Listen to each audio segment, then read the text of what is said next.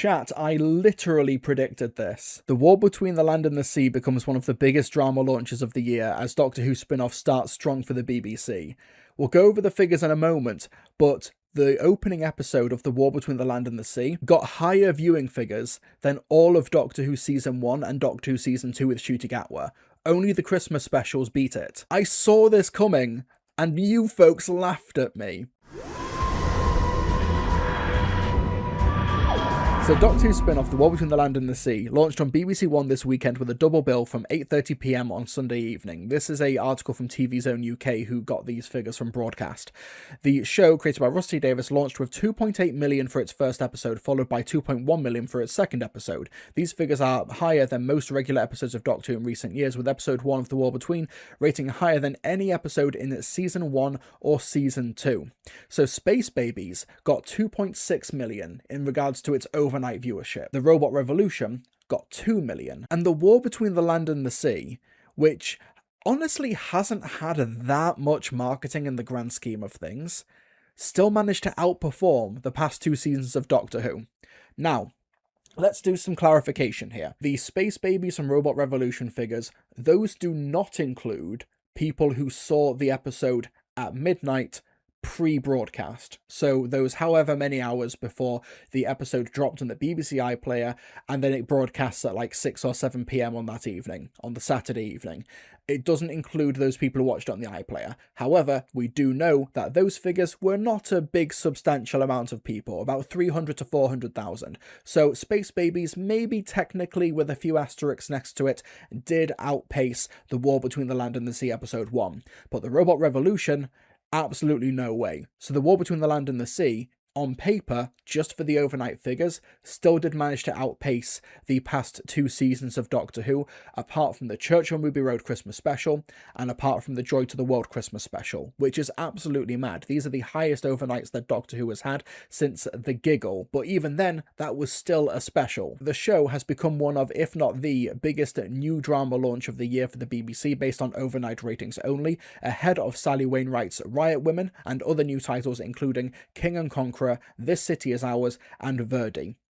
Now, episode 2 of The War Between the Land and the Sea got 2.1 million, so there is a 600k approximate drop between episode 1 and episode 2. However, episode 2 did go directly up against the final of I'm a Celebrity, Get Me Out of Here on ITV, and was 400,000 viewers ahead of the BBC's slot average. So it still wasn't a massive victory. It's not like episode 2 of The War Between the Land and the Sea just lost everybody in the second episode and everybody tuned over to ITV. What's really fascinating here is that the marketing for The War Between the Land and the Sea didn't really press the idea that this was a Doctor Who spin-off. Now, there are references in the show itself, but in the actual marketing of the show itself, if you don't know that Kate Lethbridge-Stewart is playing a character from Doctor Who, you could be forgiven for not knowing about the Doctor Who connection. You could be forgiven for not recognising these creatures, Homo Aqua, or Gay Water. You could be forgiven for not knowing that these are Sea Devils, or they're meant to be a offshoot of the Sea Devils from a Doctor Who story from the 1970s with John Pertwee.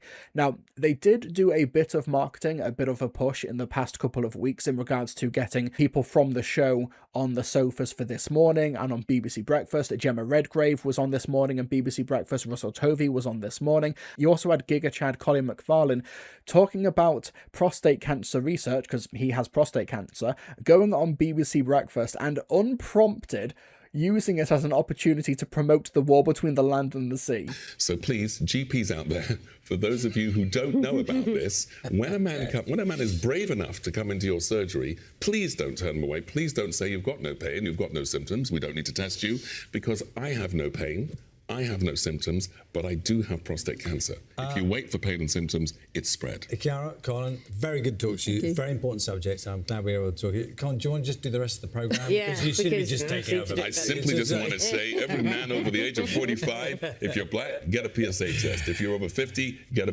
PSA test. And if you want to know how to save the world, watch me next week on The War Between the Land and the Sea on BBC One, 8:30. Okay? Check that out. You see, the thing is, Colin, you haven't got someone in your ear saying, wind up. Wind up. You go, you're all right over over there. Obviously. And you can see the time on the bottom. PSA, They've hit wind up. 8:31 on the time here. So clearly they're not meant to go any longer. But Colin McFarlane just goes off script and is like, yeah, next week watch me in the War Between the Land and the Sea, which is really, really cool. The War Between the Land and the Sea, I think what's happened here is a couple of things. Firstly, we do need to reckon with the idea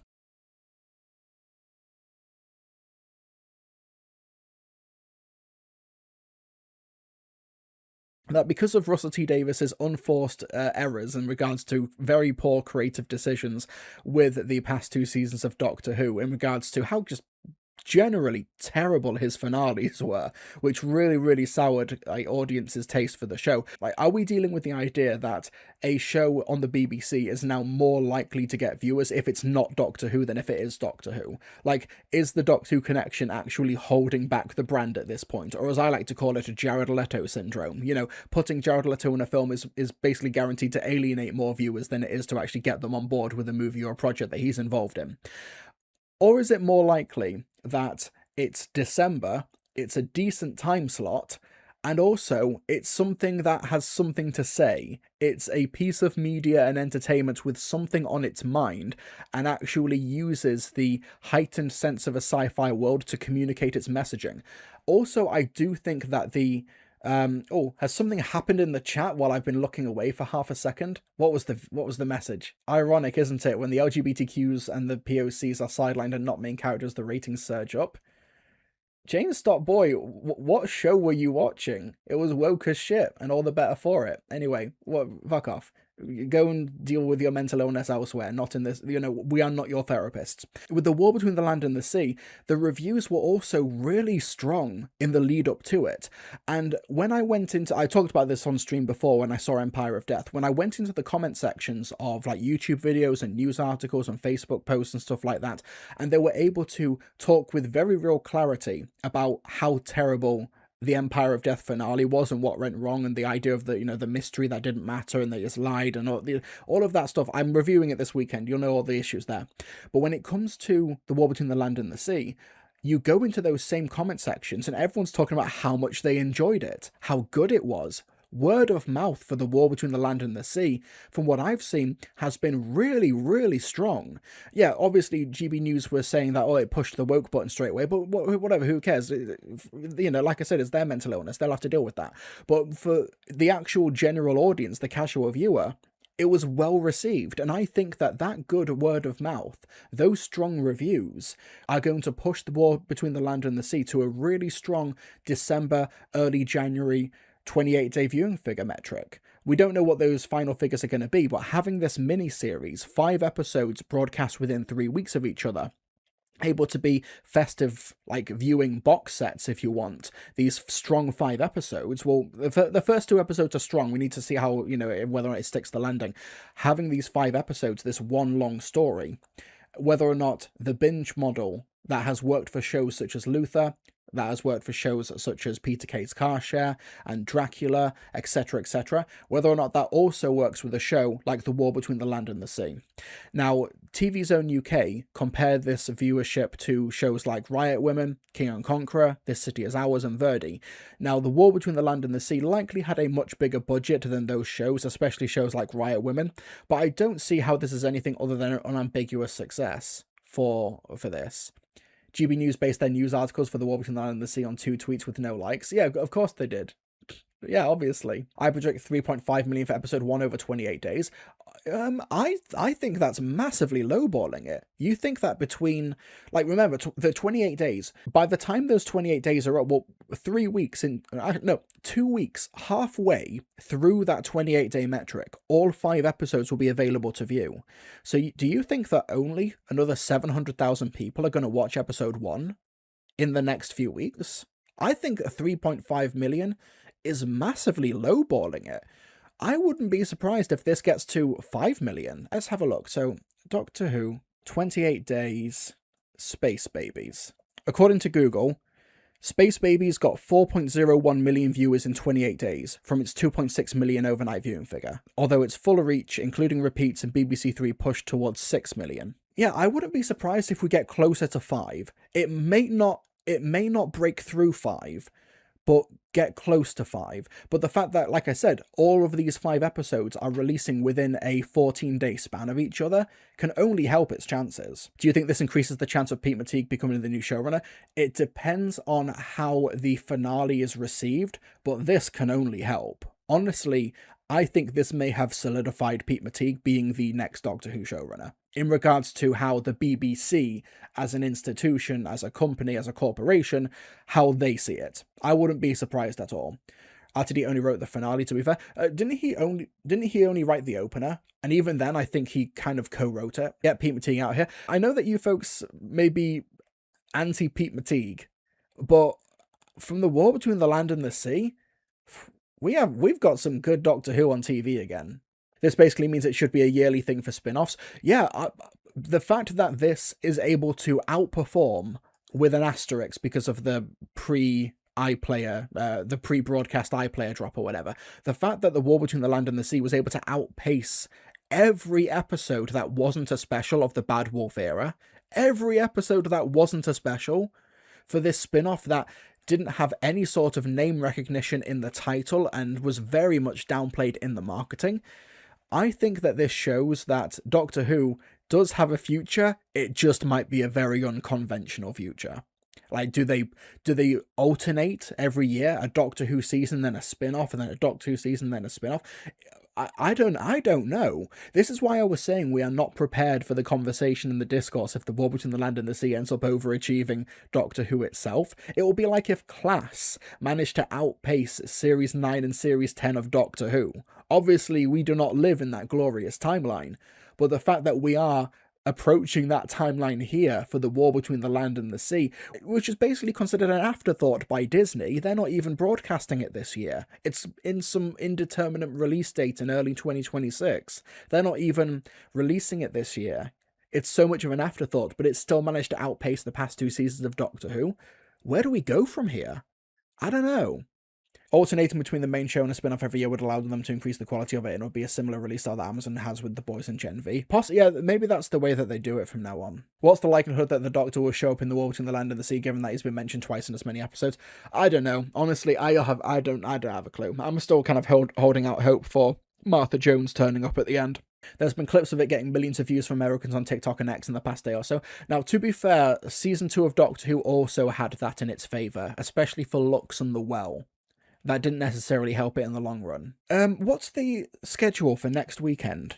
Because obviously the War Between the Land and the Sea episode 2, that was hampered by I'm a Celebrity, Get Me Out of Here. But I'm sure people will end up catching up. Okay, so next Sunday, we've got the War Between the Land and the Sea episode 3. The 1% Club, which does pretty well. Oh no, but that's a repeat of the 1% Club. An Accidental Tourist with Stephen Mulhern. Yeah, I think that War Between is winning the time slot. Yeah, I think War Between is going to be the most viewed show of the weekend. At least in terms of scripted drama and in its particular time slot. If there's no other competition in the coming Sundays, then it's got free reign to basically conquer the rest of the weekends. This can only go from strength to strength, folks. Didn't RTD promise a shocking last end credits scene in the finale? Maybe, I don't know. I don't really take much notice of his hype speak anymore. It's been rumoured there's a master twist with Barclay. I would be so frustrated if that happens, because firstly, isn't like the whole point that he is meant to just be the everyman, and it is going to be now the systems and the corporation, the political powers that are going to try and rein him in and bring him down. That's clearly what it's setting up. But then it would just be repeating Legend of Ruby Sunday again. It'll be like, oh, we're setting up all of this stuff, we're setting up all of these themes. Oh, it's psych, it turns out we're just here to remind you of how great the classic series was. Whereas with Legend of Ruby Sunday, oh, you know, this whole season, this whole 8 weeks is just, oh, Pyramids of Mars. That was a good episode, wasn't it? And that's it. Like, and having the Master, even if the Master appears and isn't necessarily Barclay, if, you know, the Master is somehow like a twist villain or whatever, I still think that would just be the same thing. And it would, obviously, the Homo Aqua are like an offshoot of the Sea Devils, but that's really downplayed in the story so far. If they were to try and throw in the Master or some other classic series element, it just would make me convinced more than ever that the show needs fresh blood because this current creative team just cannot see beyond the past of the show. Whenever RTD opens his mouth about hype speak, you just know he means a glop shitter from 35 years ago. That's absolutely true, though. Like, all of the mysteries from this era of the show so far have all been glup shittos. They've all been glup shittos. We have this pattern has not been broken yet. RTD is a showman, that's what he is. Yeah, you can only get away with that for so long, though, until people start seeing the patterns and knowing that you're not taking them seriously or treating them like intelligent people. There was something that Russell said the other day. I can't remember the exact quote, but it was something to do with like, "Oh, I told the BBC what the plans were, and their jaws are on the floor with shock." It's like, that's not endearing anymore. After what's happened with Empire of Death and the Reality War and the Interstellar Song Contest, that's not a point in your favor anymore. It just makes you look like you've gone rogue, and the BBC are too afraid to stop you. Like, Jaws agape loving it. It's not endearing anymore. It's just not. It just makes me so frustrated that the show is now just fallen so far in terms of public perception, and so much of it self-inflicted, so much of it unforced.